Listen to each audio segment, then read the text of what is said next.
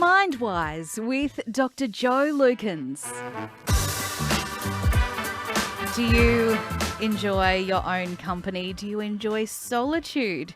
Psychology expert Dr. Joe Lukens is getting Mindwise with me about those things. I asked her the difference between being alone and being lonely. It's an important distinction, I think, because when we are alone, it simply is a reference to the fact that we're solitary. So if I am alone at home, that generally means that no one else is there. And that might be through my choice or everyone else has left. But certainly when we're alone, it's that notion of solitude.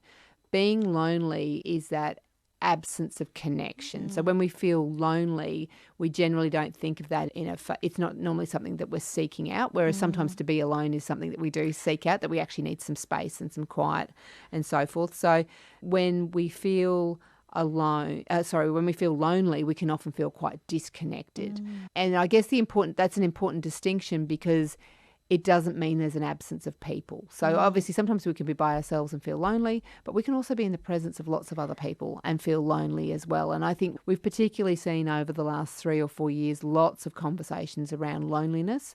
And what we certainly know in terms of our well-being, physical and mental, is that loneliness impacts on all of those factors. Let's talk about solitude. What are some of the benefits of solitude? There's plenty, aren't there? And I think probably there's many people who are listening in going, oh, yes, I'd like some alone time.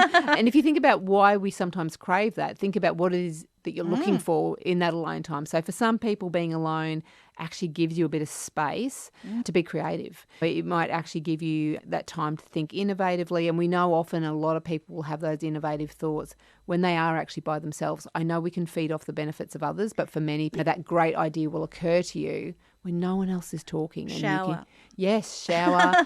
For me, it's washing line, which I know is not the most exhilarating of places, but if I need to go and think about stuff, I go and do something very methodical. Yeah. I'm not particular. I don't mind the order the pegs go in or Yes. which line, everything. Like, I'm not particular about that at all. I know some people are, but I literally use that as an activity if I want to think through something, and it helps in my house because there's always some washing there. Yeah, I completely relate to that. So there are lots of benefits. Yeah, the creativity. Yeah, and then peace. in addition to that, it does give you a chance to self-reflect. And that's when we can often have insights about ourselves. It's good for our personal growth.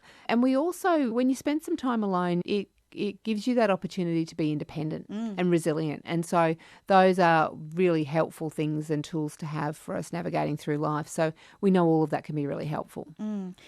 What about being alone at work? Is there an upside to that? Oh, there absolutely is, isn't there? And I know there'll be some people in their employment who never get any time alone, depending on, I'm thinking of someone who might work in a hospital or something like that. Or in a newsroom. Any of those kinds of places. But I guess what we do know is that particularly if you're looking for concentrated work, we know that most typical workplaces, there are a number of interruptions that will happen in an hour. Now, the numbers are a little bit arbitrary because it depends on the workplace. But we also know how long it takes us to get back into deep concentration and deep thinking once we've had an interruption. And I often quote it in workshops that I think one of the studies I read said on average we get interrupted about 8 times an hour, give or take your particular workplace, and then it takes about 11 minutes to get back into deep thinking. And the number of people I've had say to me, but Joe, that doesn't add up. And I just nod at them and say, that's right, it doesn't. Much of our workforce is spending a lot of their time distracted. Refocusing. And so it becomes quite challenging to do that. So we certainly know one of the benefits of having some alone time at work can really help us around concentration and accomplishing tasks. Yes. And for the record, I do work in a busy newsroom, but I have headphones that I can put on when I need to deep focus. So, yes. But I do love the community, the communal vibe as well, when being able to collaborate, because there's pros and cons in every situation, right? Absolutely. And I guess what I really appreciate hearing you say in that description of what you do is that you're moderating it. At some level you're going, okay, I think I need to put the headphones on now because I need to concentrate, and then there'll come a point where you go, right, now I need some people time. Yes. So it's about paying attention to it, because then you'll get the balance as close to what you need, and then you can navigate through your day as best you can. Yeah. Does being alone put a strain on your relationships?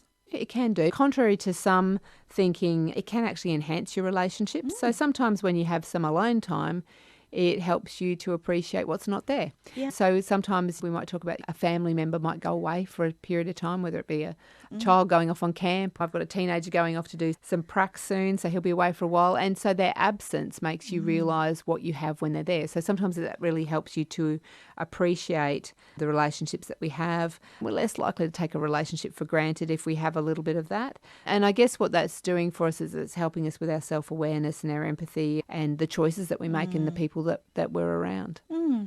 That's probably a really important message for people to consider, is that for those who are feeling lonely, there is someone who wants you to connect with them. And you can either do that socially with someone you know, or you can do that professionally. And if ever you're not sure, go to your local GP and have a chat to them. But there is somebody that wants to hear from you and someone that wants to connect with you. Psychology expert Dr. Jo Lukens there, getting mind-wise with me and you about being alone and being lonely and the difference there and how to spread that friendship and to find new relationships and connections